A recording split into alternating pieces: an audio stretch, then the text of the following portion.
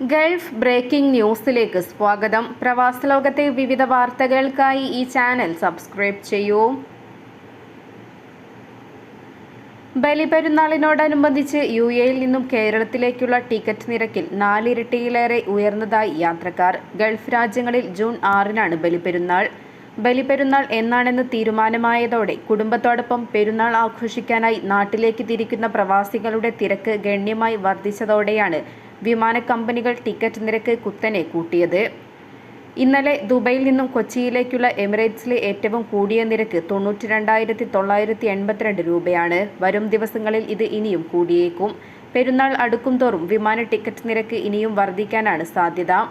ബലിപെരുന്നാളിന് മുമ്പ് ജൂൺ 1 മുതൽ 5 വരെയാണ് യുഎഇയിൽ നിന്നും കേരളത്തിലേക്ക് ഏറ്റവും അധികം ടിക്കറ്റ് നിരക്ക് രേഖപ്പെടുത്തിയിരിക്കുന്നത്. മെയ് 28-ന് ദുബൈയിൽ നിന്നും കൊച്ചിയിലേക്കുള്ള സ്പൈസ് ജെറ്റിൽ വൺ വേ ടിക്കറ്റിന് കുറഞ്ഞത് 846 ദിർഹമായിരുന്നു നിരക്ക്. ഇന്നലെ കരിപ്പൂരിലേക്കുള്ള എയർ ഇന്ത്യ എക്സ്പ്രസിൽ ഏറ്റവും കുറഞ്ഞ നിരക്ക് 845 ദിർഹമായിരുന്നു. ഇത്തവണയും ഹജ്ജ് തീർത്ഥാടനം കടുത്ത ചൂടിലായിരിക്കും. ഹജ്ജ് അനുഷ്ഠാന ദിനങ്ങളിൽ മക്കയിലെ താപനില 47 ഡിഗ്രി വരെ ഉയരുമെന്നാണ് കാലാവസ്ഥാ നിരീക്ഷണ കേന്ദ്രം മുന്നറിയിപ്പ് നൽകിയിരിക്കുന്നത്. പകൽ സമയത്തെ ശരാശരി താപനില 40 മുതൽ 47 ഡിഗ്രിയും രാത്രിയിലേത് 27 മുതൽ 32 ഡിഗ്രിയുമായിരിക്കും. ഈർപ്പം 15%-നും 60%-നും ഇടയിലും. മണിക്കൂറിൽ 25 മുതൽ 35 കിലോമീറ്റർ വേഗത്തിലുള്ള വടക്ക് പടിഞ്ഞാറൻ ഉഷ്ണക്കാറ്റ് അന്തരീക്ഷത്തിൽ പൊടി നിറയ്ക്കും. തുറസായ സ്ഥലങ്ങളിലും ഹൈവേകളിലും ദൃശ്യപരിധി കുറയാൻ സാധ്യതയുണ്ടെന്നും സൂചിപ്പിക്കുന്നു. ഹജ്ജ് അനുഷ്ഠാന കേന്ദ്രങ്ങൾ, വിമാനത്താവളങ്ങൾ, തുറമുഖങ്ങൾ, പ്രധാന റോഡുകൾ എന്നിവിടങ്ങളിൽ 24 മണിക്കൂറും കാലാവസ്ഥ നിരീക്ഷിക്കും. മൊബൈൽ റഡാറുകളും സ്റ്റേഷനുകളും വഴി അന്തരീക്ഷ പാളികൾ നിരീക്ഷിച്ച് കാലാവസ്ഥ മുന്നറിയിപ്പ് നൽകും. തീർത്ഥാടകർ സഞ്ചരിക്കുന്ന പാതകളിൽ ചൂട് കുറയ്ക്കാനുള്ള വസ്തുക്കൾ ഉപയോഗിച്ച് നവീകരിച്ചതോടെ ഉപരിതല താപനില 12 ഡിഗ്രി സെൽഷ്യസ് വരെ കുറയും. വെള്ളം സ്പ്രേ ചെയ്യുന്ന 100 കണക്കിന് ഫാനുകളും ഇടതടവില്ലാതെ പ്രവർത്തിക്കും. തണൽ മരങ്ങളും അധികൃതർ നട്ടുപിടിപ്പിച്ചിട്ടുണ്ട്.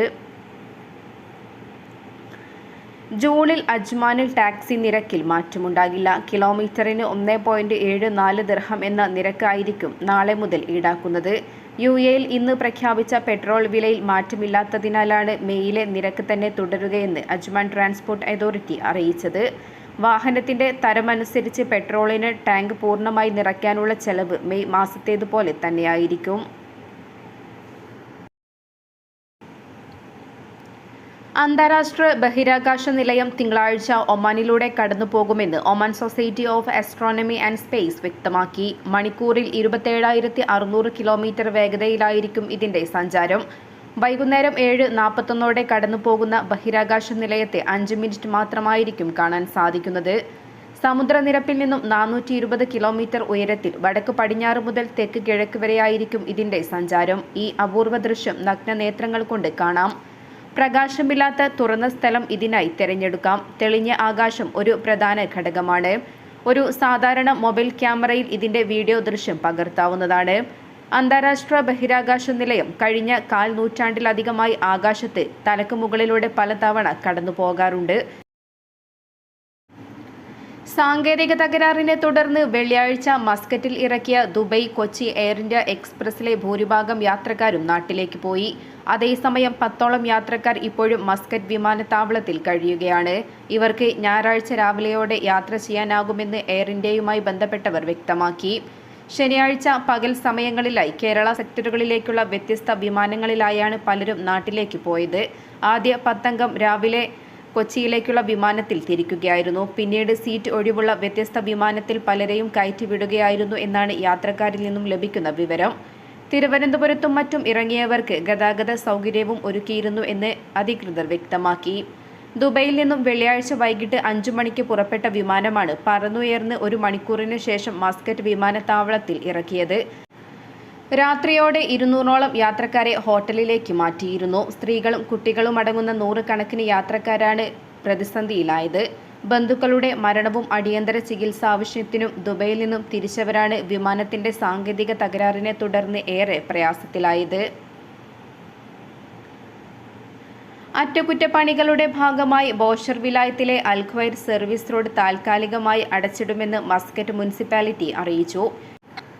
റോയൽ ഒമാൻ പോലീസുമായി ചേർന്ന് പ്രദേശത്ത് ഗതാഗത നിയന്ത്രണം ഏർപ്പെടുത്തിയിട്ടുണ്ട്. വാഹനമോടിക്കുന്നവർ ജാഗ്രത പാലിക്കണമെന്നും ഗതാഗത നിർദ്ദേശങ്ങൾ കർശനമായി പാലിക്കണമെന്നും അധികൃതർ നിർദ്ദേശം നൽകി. ദോഫർ ഗവർണറേറ്റിലെ ധാക്ക വിലായത്തിൽ കടലിൽ കാണാതായ മത്സ്യത്തൊഴിലാളിയുടെ മൃതദേഹം കണ്ടെത്തി. ഖോറോറി തീരത്ത് കഴിഞ്ഞ ദിവസം കാണാതായ സ്വദേശിയുടെ മൃതദേഹമാണ് 4 ദിവസത്തെ തിരച്ചിലിനൊടുവിൽ ശനിയാഴ്ച രാവിലെയോടെ സുരക്ഷാ വിഭാഗങ്ങൾ ചേർന്ന് കണ്ടെത്തിയത്. ചൊവ്വാഴ്ച മത്സ്യബന്ധനത്തിനിടെ ബോട്ട് മറിഞ്ഞ് പൗരനെ കാണാതാവുകയായിരുന്നു. Royal Oman police, civil defence and ambulance authority, royal air force of Oman പൗരന്മാർ എന്നിവർ സംയുക്തമായാണ് തിരച്ചിൽ നടത്തിവന്നത്. മത്സ്യബന്ധനത്തിന് പോയ സഹോദരങ്ങൾ സഞ്ചരിച്ച ബോട്ട് മറിഞ്ഞ് ഇരുവരും അപകടത്തിൽപ്പെടുകയായിരുന്നു. ഇതിൽ ഒരാൾക്ക് കരയിലേക്ക് നീന്തി രക്ഷപ്പെടാൻ സാധിച്ചുവെങ്കിലും രണ്ടാമത്തെയാൾ കടലിൽ അകപ്പെട്ടു. രക്ഷപ്പെട്ടയാളെ ധാക്ക ആശുപത്രിയിൽ പ്രവേശിപ്പിച്ച് ചികിത്സ ലഭ്യമാക്കി. ഈ വർഷത്തെ ഹജ്ജ് കർമ്മത്തിനുള്ള ഒമാനിൽ നിന്നുള്ള കൂടുതൽ തീർത്ഥാടക സംഘങ്ങൾ കഴിഞ്ഞ ദിവസം മുതൽ പുണ്യഭൂമികളിൽ എത്തിത്തുടങ്ങി. ഹജ്ജ് കമ്പനികളുമായി സഹകരിച്ച് ഒമാനി ഹജ്ജ് മിഷൻ ആവിഷ്കരിച്ച പദ്ധതികളനുസരിച്ച് ഒമാനിൽ നിന്നും റോഡ് മാർഗവും വിമാനമാർഗവും തീർത്ഥാടകർ യാത്ര തിരിക്കുകയായിരുന്നു. ഔഖാഫ് മതകാര്യ മന്ത്രാലയത്തിൽ നിന്നുള്ള ഒരു പ്രതിനിധി സംഘം നേരത്തെ തന്നെ മക്കയിലെത്തി തീർത്ഥാടകരുടെ താമസ സ്ഥലങ്ങളും മറ്റ് സൗകര്യങ്ങളും സന്ദർശിച്ചിരുന്നു. ഇന്നലെയാണ് സൈനിക ഹജ്ജ് സംഘങ്ങൾ മസ്കറ്റിൽ നിന്നും പ്രത്യേക വിമാനമാർഗം യാത്ര തിരിച്ചത്. ഈ വർഷം ഒമാനിൽ നിന്നും ആകെ 14,000 പേർക്കാണ് ഹജ്ജിന് അവസരം ലഭിച്ചത്. ഇതിൽ സ്വദേശികൾക്ക് പുറമെ 235 പേർ അറബ് നിവാസികളും 235 പേർ അറബ് ഇതര താമസക്കാരുമാണ് ഉൾപ്പെടുന്നത്.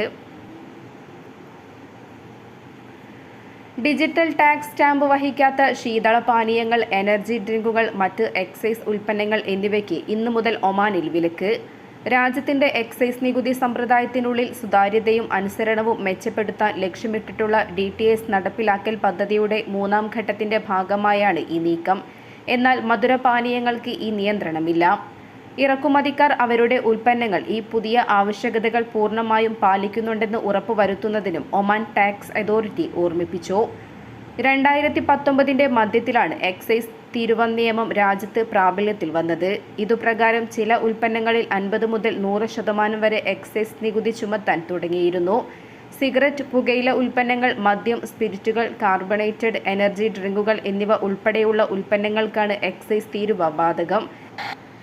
തീരുമാനം നിലവിൽ വന്ന് 3 മാസത്തിനു ശേഷം പ്രാദേശിക വിപണിയിലെ എക്സൈസ് തീരുവ ബാധകമായ ഏതെങ്കിലും പാനീയ ഉൽപ്പന്നങ്ങളിൽ നികുതി സ്റ്റാമ്പുകൾ ഇല്ലെങ്കിൽ അവ പിടിച്ചെടുക്കും.